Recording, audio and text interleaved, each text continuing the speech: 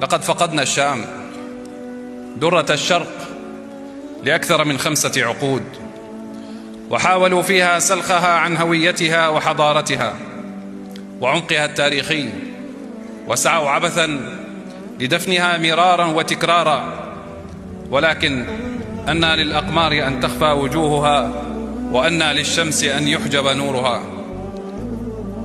فهنا الشام، من هنا عبرت البشرية، ومن هنا ستعود من جديد، ومن هذه الأرض الطاهرة تسللت إلى قلوب البشر نسائم الإيمان، ومن هنا أدرك الناس معنى الإنسانية والوفاء والعدل والحكمة، وتوارثوها جيلا بعد جيل.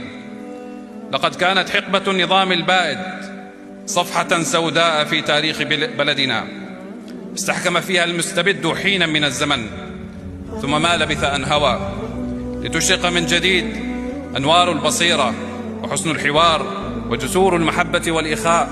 وباتت الشام مهوى الأفئدة ومحط القلوب وميزان المصالح، وتغيرت حكايات الناس عن سوريا وأهلها من الإشفاق إلى الإعجاب والاعتزاز.